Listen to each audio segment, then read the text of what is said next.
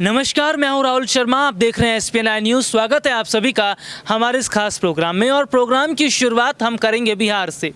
बिहार में लगातार जो सियासी उथल पुथल देखने को मिल रही है, बिहार में लगातार जो सियासी सरगर्मियां बनी हुई हैं, ऐसे में सवाल ये खड़ा हो रहा है कि क्या वाकई बीजेपी और JDU के बीच जो तनातनी बन गई है, ऐसे में दोनों अलग हो जाएंगे।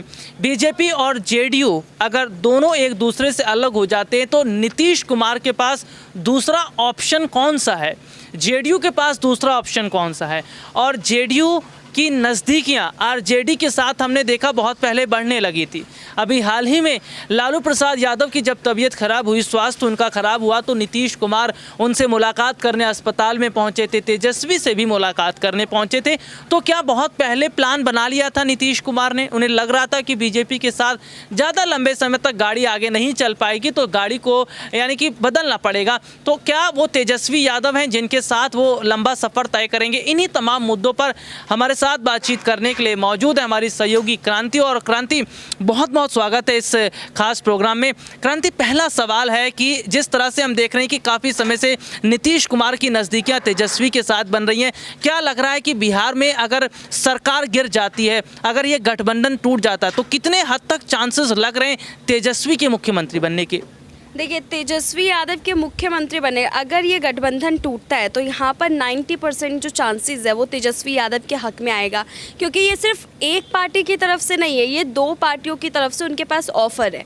या तो वो बीजेपी के साथ जाकर के मिल सकते हैं या फिर वो JDU के साथ मिल सकते हैं। अगर हम आंकड़ों की बात करें तो JDU के पास उतने विधायक नहीं है कि उसके बाद अगर उन्हें गठबंधन करना है तो 2-3 पार्टियों को मिला करके उन्हें गठबंधन करना पड़ेगा। लेकिन अगर JDU RJD के साथ गठबंधन करती है तो फिर बस RJD के साथ गठबंधन करके आगे अपनी गाड़ी बढ़ा सकती है।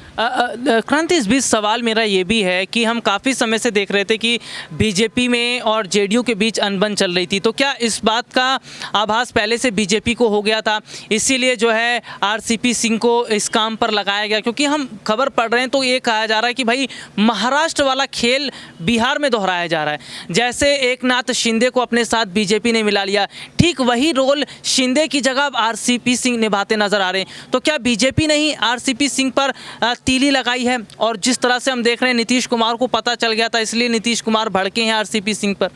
देखिए, नीतीश कुमार की अगर हम बात करें और RCP सिंह की बात करें तो RCP सिंह लगातार हमने उनके बयानबाजी सुने हैं।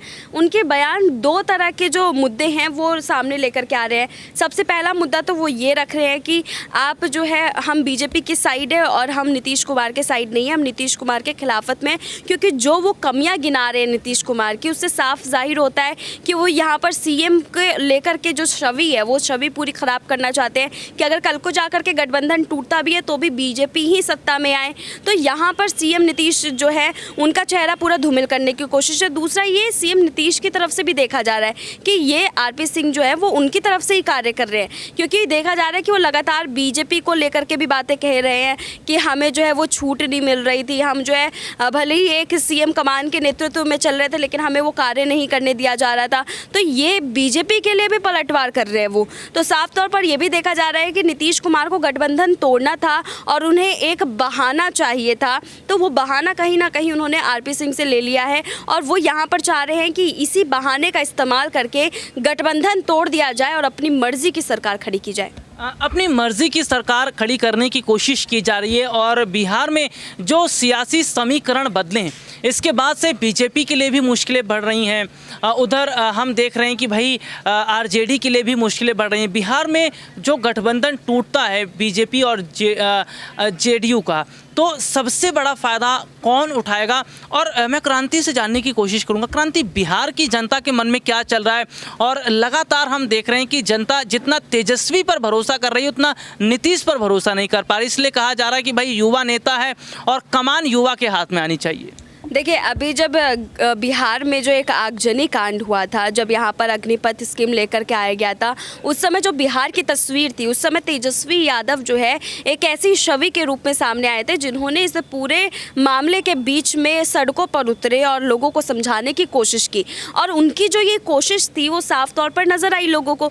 अब उन सभी के जहन में ये बात है कि तेजस्वी यादव अगर आते हैं तो वो उनके हित के लिए कार्य करेंगे, क्योंकि पहले भी RJD एक बार शासन कर चुकी है बिहार बिहार पे, तो उन्हें उम्मीद है कि पहले की तरह ही करेगी। लेकिन जो स्टिग्मा लगा था कि ये एक घोटाले की जो पार्टी है, ये घोटाला करती है, वो स्टिग्मा इस वक्त कहीं ना कहीं तेजस्वी यादव जो है वो मिटाते हुए साफ नज़र आ रहे हैं। तो यहाँ पर साफ जाहिर है कि तेजस्वी यादव जिन चहलकदमी के साथ इस दौरान जो है वो नज़र आ रहे हैं, तो उससे साफ जाहिर है कि आने वाले समय में तेजस्वी यादव का जो चेहरा है वो अभी से ही इतना उभर के निकल रहा है, तो आगे चल के सीएम पद के लिए भी वो दावेदार होंगे। और वहीं दूसरी तरफ अगर हम नीतीश कुमार की बात करें, तो बीजेपी ने जो स्कीम लेकर के आई थी उसका पूरा असर नीतीश कुमार के चेहरे पर देखने को मिला, क्योंकि बिहार में किसने बहिष्कार किसका किया? नीतीश कुमार का बहिष्कार किया गया।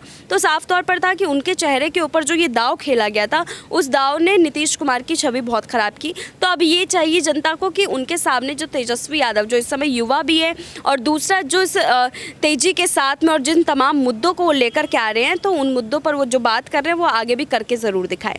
आगे भी करके ज़रूर दिखाएं। क्रांति, क्या चल रहा है नीतीश कुमार के मन में? सोच रहे हैं वो कि अगर युवा हैं तेजस्वी यादव, और जनता भी हम देख रहे हैं कि युवा पर सबसे ज़्यादा फोकस रख रही है, तो वाकई तेजस्वी को अगर मुख्यमंत्री की कमान मिलती है, अगर ये जो विधायक हैं जेडीयू के, अगर ये आ जाते हैं तेजस्वी के साथ, तो बिहार के मुख्यमंत्री बनकर वो सपना बिहार की जनता का पूरा कर पाएंगे तेजस्वी यादव? जो जनता आस लगाकर बैठी है, जो उम्मीद लगाकर बैठे हैं, छात्रों, टीचर्स हों या फिर अस्पताल प्रशासन के लोग हों, यहाँ की गरीब जनता हो।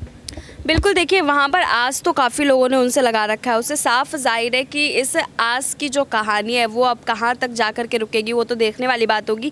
लेकिन जो भी नेता सामने आना चाहते हैं अपनी इस पूरी कहानी के बीच में, वो अपनी एक ऐसी छवि लेकर के आते हैं कि वो सबसे ज़्यादा कार्य करने वाले नेता है, सबसे ज़्यादा चहलकदमी वाले नेता है, लोगों की भलाई के बारे में सोचते हैं। वही सब चीज़ इस वक्त तेजस्वी यादव भी जनता को दिखा रही है, जनता उन्हें प्यार भी कर रही है। देखना यही है कि जैसे सबने भरोसा तोड़ा है, अब क्या तेजस्वी यादव भी भरोसा तोड़ते हैं या नहीं तोड़ते हैं, या फिर उसी मुद्दे पर जो है वो बने रहेंगे, और उस मुद्दे पर अगर वो कार्य करते हैं तो आगे तक शासन कर पाएंगे।